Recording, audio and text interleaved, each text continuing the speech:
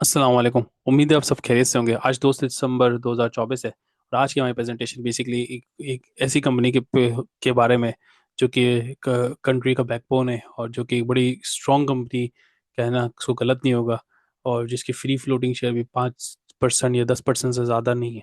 मतलब पब्लिक के पास बड़ा लोअर कंट्रोल है शेयर्स का, और गवर्नमेंट के पास की कंट्रोल है। ये बेसिकली कंपनी, आपने थंबनेल से समझ गए होंगे कंपनी क्या, शिपिंग कंपनी है, जिसके बारे में लोग इस तरह से मुझे पूछते थे कि भाई इसके बारे में क्यों नहीं बनाते, क्यों उस पर डिस्कस नहीं करते। तो तो आज बेसिकली इसकी प्रेजेंटेशन पे आगे बढ़ने से पहले एक रिक्वेस्ट है, अगर चैनल को लाइक एंड सब्सक्राइब नहीं किया हो तो लाइक एंड सब्सक्राइब करें। इंशाल्लाह मजीद इंफॉर्मेटिव वीडियोस आती रहेंगी। आज की वीडियो का एजेंडा का वाइट सिमिलर है। बैकग्राउंड होगा, कंपनी का सेक्टर करता क्या है, इस कंपनी के बारे में कोई न्यूज़ है, कोई अनाउंसमेंट है या कोई और चीज़ है जो उसको डिस्कस किया जाए। तीसरा फाइनेंशियल परफॉर्मेंस है। चौथा प्राइस एंड डिविडेंड है। आखिर में आउटलुक एंड मेरा व्यू, मैं क्या समझता हूँ कंपनी का क्या पोटेंशियल है, इन्वेस्ट करना चाहिए नहीं करना चाहिए। अच्छा, कंपनी के बैकग्राउंड की बात करें, अच्छा पीएनएससी नाम, पाकिस्तान नेशनल शिपिंग कंपनी, ये अपनी नौईद की एक ऐसी कंपनी है जिसको बनाने के लिए एक बाकायदा एक ऑर्डिनेंस पास हुआ, और ऑर्डिनेंस है पीएनएससी ऑर्डिनेंस 1970। मतलब इस कंपनी जो भी काम करती है और जो भी इसके एक्शंस होते हैं, इसकी पॉलिसीज इस ऑर्डिनेंस के एवज है। मतलब ऑर्डिनेंस को कंप्लायंस करते हुए कंपनी ऑपरेट करती है, और इस पे कोई और रूल नहीं लगता, डायरेक्ट ये ऑर्डिनेंस ही लगता है। कंपनी के बारे में अंग्रेजी में काफ़ी सारी बातें लिखी हुई करती क्या क्या, लेकिन आसान अल्फाज में कंपनी एक ट्रांसपोर्टेशन कंपनी है। कार्गो सर्विस देती है, मतलब माल लेके जाती है कराची पोर्ट से दुनिया के डिफरेंट शिपिंग पोर्ट पे जाती है, वहाँ से डिलीवर करती है, वहाँ से माल लाती है और पाकिस्तान में लेके आती है। मतलब इंपोर्ट एंड एक्सपोर्ट से लिंक काम करती है। इसके अलावा आसान अल्फाजों में इसका इसके बिजनेस के बारे में, इसके अलावा जो बात की जाए, इसके अलावा इसके एक कमर्शियल बिल्डिंग है। कमर्शियल बिल्डिंग करती क्या है, इसमें ये लोग real estate as a segment के बताते हैं कि ये रियल इस्टेट सेगमेंट है, लेकिन अमूमन तो पे शिपिंग कंपनी के पास कमर्शियल बिल्डिंग तकरीबन अक्सर और बेशतर पोर्ट्स पे होती हैं। और क्यों होती है, क्योंकि वहाँ पे जब शिप का इनकी पूरा शिप जाती है, वेसल जाती है, तो उसका जो स्टाफ है वो रुकता है, क्योंकि शिप को खाली करना या उसमें वापस भरना में काफ़ी लंबा टाइम लगता है। तो ये एक दिन या 2 दिन का काम नहीं, काफ़ी महीनों का काम है। तो इस वजह से वहाँ पे उनका जो स्टाफ है वो रुकता है उस पोर्ट पे, तो वो वहाँ पे बिल्डिंग होती है, तो इसलिए इसका इनके पास भी इसी तरह की बिल्डिंग, 3 कमर्शियल बिल्डिंग्स हैं। और आखिर में इसका सेगमेंट है वर्कशॉप सेगमेंट, जो कि रिपेयर एंड मेंटेनेंस करता है वेजल से रिलेटेड, कि इसमें छोटे छोटे मैकेनिकल इश्यूज हो तो उसकी रिपेयर से रिलेटेड इनका एक डिवीजन है। कंट्री की अगर इसकी और मजीद की बात की जाए, इसका ये पाकिस्तान नेशनल शिपिंग कंपनी बहुत बड़ी कंपनी नहीं है। पाकिस्तान की लिए बड़ी कंपनी होगी, लेकिन दुनिया के लिए शिपिंग सेक्टर में बहुत छोटा हिस्सा है इसका। इसका तकरीबन 11 वेसल्स हैं, जिसमें 7 सॉलिड और 5 लिक्विड, और लिक्विड एंड गैस। मतलब सॉलिड से मुराद ये जो सॉलिड कंटेनर्स लेके जाते हैं, और जो 5 छोटे दूसरे हैं वो गैस हो गया, ऑयल हो गया, इस तरह के कंटेनर्स में ले के फॉर्म में लेके कैरी करते हैं प्रोडक्ट को एक कंट्री से दूसरे कंट्री। तो उस वेजल वो काम करता है। तो इसके 11 वेजल्स हैं, कोई ज़्यादा वेजल्स भी नहीं है इसके। अच्छा, कंपनी का कंट्रोल 87.56, मतलब 88% शेयर गवर्नमेंट के पास है, बाकी आम आवाम के पास है। तो मैं समझता हूँ कि आवाम के पास तक ना होने के बराबर हिस्सा है। ये गवर्नमेंट कंट्रोल है, बहुत अच्छी बात है, क्योंकि शिपिंग कंपनी या इस तरह की पोर्ट रिलेटेड कंपनी कंट्री का बैकबोन होती है। अगर उसका गवर्नमेंट कंट्रोल रखे तो बहुत अच्छा होता है। तो सिक्योरिटी रिस्क की वजह से और इकोनॉमिक और इंटरनेशनल रिस्क की वजह से भी मुझे लगता है कि नेशनल इंटरेस्ट है कि गवर्नमेंट अपने कंट्रोल में रखे इस तरह की कंपनी। अच्छा, सेक्टर बेसिकली करता क्या है, हाई लेवल पे तो सभी को पता है करता क्या है, लेकिन कुछ स्पेसिफिक चीज़ें मैंने मेंशन की है कि ये सेक्टर की इंपॉर्टेंस कितनी है और क्या क्या करता है। फ्लीट ऑपरेशन चलाता है, ये तो आपको सबको पता है। कार्गो इधर से उधर लेके जाते हैं, ये भी आपको पता है। लेकिन तीसरी चीज स्ट्रैटेजिक रोल। अच्छा, ये सेक्टर एक ऐसा सेक्टर है, मैं समझता हूँ कि ये सेक्टर अगर थोड़ा सा डिस्टर्ब हो ना, तो मुल्क की इकोनॉमी हिल सकती है। कैसे? मैं आपको याद दिलाऊं कि कभी भी शिपिंग या सी क्राइसिस आए तो सबसे बड़ा, मतलब क्राइसिस इस तरह से हो कि सी सी रूट नहीं यूज़ कर सकते, तो सबसे बड़ा इकोनॉमिक को नुकसान होगा कि माल आ भी नहीं सकेगा और जा भी नहीं सकेगा, सबसे बड़ा नुकसान है। तो ये इस तरह का सेक्टर स्ट्रैटेजिक रोल प्ले करता है मुल्क को बनाने के लिए, संवारने के लिए। तभी आपको याद होगा गवादर पोर्ट जैसे बन रहा है, चाइनीज का बड़ा इंटरेस्ट है उस पर, और वहाँ पे प्रॉपर्टीज और वहाँ की लैंड काफ़ी एक्सपेंसिव होते जा रहा है। उसकी वजह ही सिंपल ये है कि ये पोर्ट जैसे बन जाएगा तो उसके आमद रफ्त से उस चीज़ की जगह की वैल्यू डबल और ट्रिपल और 10 टाइम्स हो जाएगी। तो इसलिए लोगों को बड़ा इंटरेस्ट है गवादर पोर्ट पे, दुनिया के फिर चाइनीज़ का भी इसलिए बड़ा इंटरेस्ट है उस पोर्ट पे। फिर ओबीसी पोर्ट के थ्रू ग्लोबली रीचेस है, ग्लोबली ऑपरेशन चल सकता है।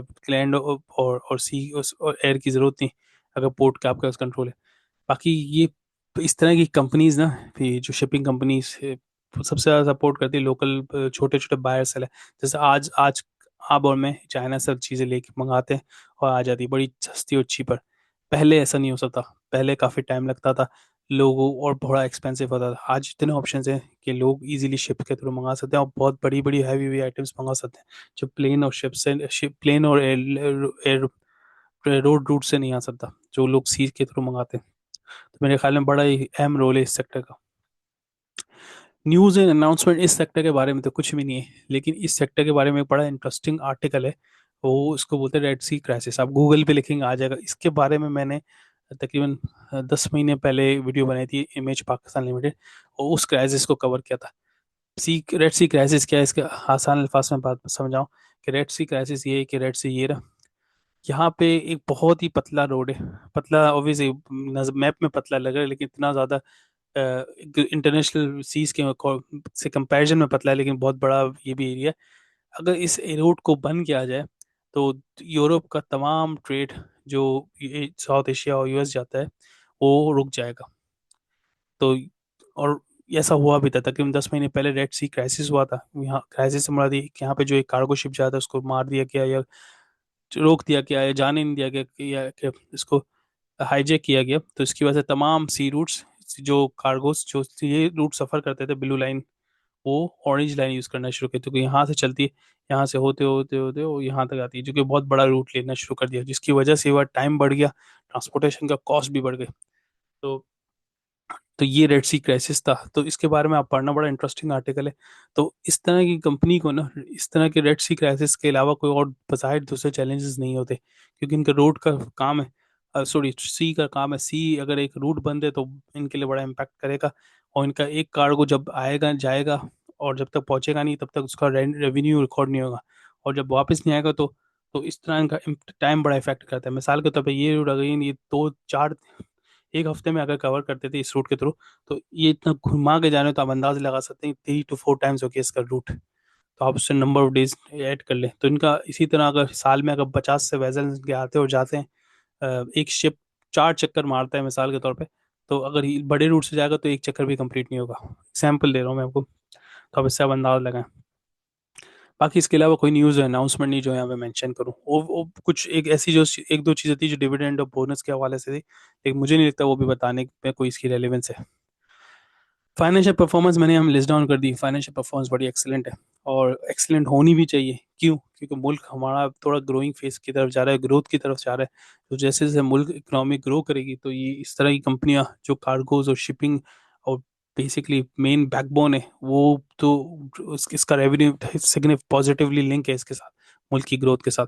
और लेकिन अगर ये कंपनी अगर रुक जाए ना तो मुल्क की इकोनॉमी भी रुक जाएगी। तो मैं समझता हूँ मुल्क की ग्रोथ इस कंपनी के ऊपर डिपेंडेंट है। मैं मुझे ऐसा लगता है अगर ये, क्योंकि ऑल्दो दूसरा ऑप्शन, ऑल्दो दूसरे हमारे पास डेफिनेटली ऑप्शंस हैं, जिसमें हम देख सकते हैं दूसरे एयर रूट हो गया और दूसरे शिपिंग लाइंस, दूसरी इंटरनेशनल पोर्ट्स की शिपिंग लाइंस भी कराची पोर्ट पे ऑपरेट करती हैं। लेकिन मैं समझता हूँ अगर ये भी रुकेगी कंपनी तो काफ़ी इम्पैक्ट पड़ेगा। तो रेवेन्यू वाइज, नंबर वाइज बड़ा अच्छा है इसका रिजल्ट, और डायरेक्टली लिंक है पाकिस्तान के।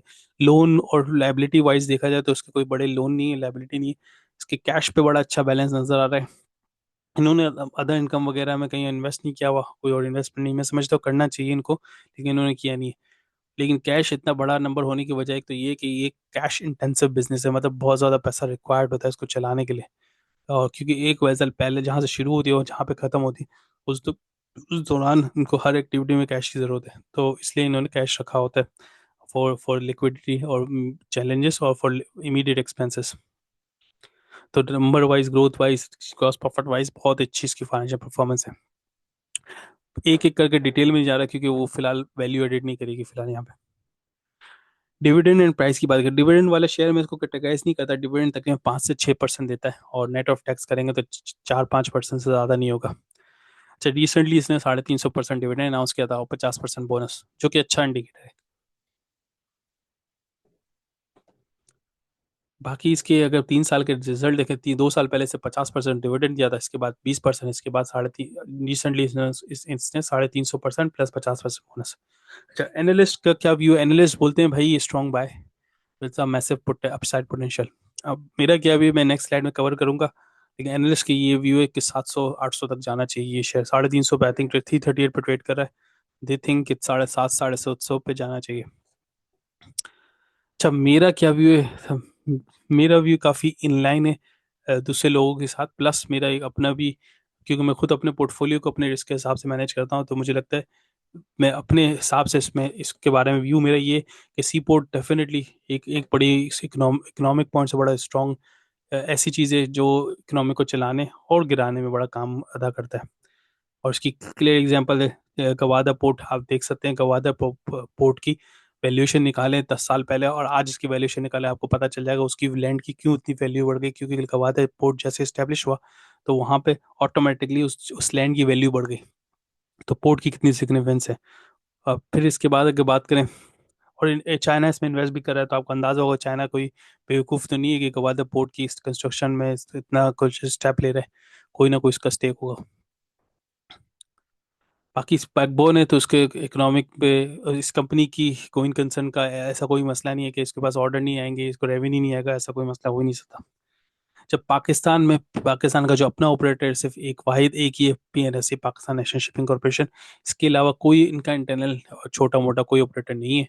ऑल्दो यहाँ पे दूसरे इंटरनेशनल ऑपरेटर्स ऑपरेट करते हैं, ग्लोबल लाइंस है वो करती है, लेकिन पाकिस्तान का अपना कोई भी नहीं है। तो मैं समझता हूँ इसलिए उसको पाकिस्तान लैंड पे बहुत एज होंगे, और स्पेशली पाकिस्तान की गवर्नमेंट ओन कंपनी है, तो उसको लैंड पे रेंट वगैरह में इस हिसाब से भी काफ़ी ज़्यादा एजेस होंगी।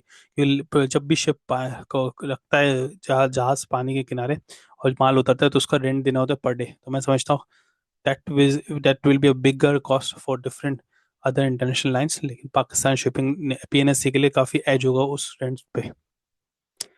मेरे व्यू के मुताबिक बड़ा स्ट्रॉन्ग शेयर है। और मैं ये नहीं बोलूंगा 700 800 पे जाएगा, डबल हो जाएगा, लेकिन मुझे लगता है स्टिल इसमें बड़ा पोटेंशियल है ऊपर जाने का। अभी करंटली 9 टाइम्स अपनी वैल्यू पे ट्रेड कर रहा है, पी रेशियो 9 टाइम्स है। तो मुझे लगता है still there is a chance कि इंटरनेशनल जो अगर शिपिंग कंपनीज देखें ना, उनके इनके ईपीएस या उसकी प्राइस टू अर्निंग इसका तकरीबन 15 to 18% है। आप चेक कर सकते हैं इंटरनेशनली। तो मुझे लगता है ये भी उसी उसी उसी अर्निंग मल्टीपल्स पे ड्राइव होनी चाहिए इसकी प्राइस भी। तो मुझे लगता है ये स्टिल चांस है ऊपर जाएगा, तो सिग्निफिकेंट पोटेंशियल है for upside, but in a longer term. और डेफिनेटली पाकिस्तानी स्टॉक मार्केट में वॉलेटिलिटी की वजह से भी इसकी प्राइस डेफिनेटली इम्पैक्ट करेगी। तो और करंटली हाई लेवल्स पे, तो वेरी केयरफुल। लॉन्गर टर्म के लिए is a very good share for upside potential. That's it, यही मेरा व्यू था। That's it. कोई चीज़ मिस आउट की तो मुझे बताएं, कोई चीज़ चैनल को लाइक एंड सब्सक्राइब नहीं कर, लाजमी लाइक एंड सब्सक्राइब करें ताकि मजीद इंफॉर्मेटिव वीडियोज़ आएँ और हमें भी थोड़ी हौसला अफजाई हो। जज़ाकल्लाह, अस्सलाम वालेकुम।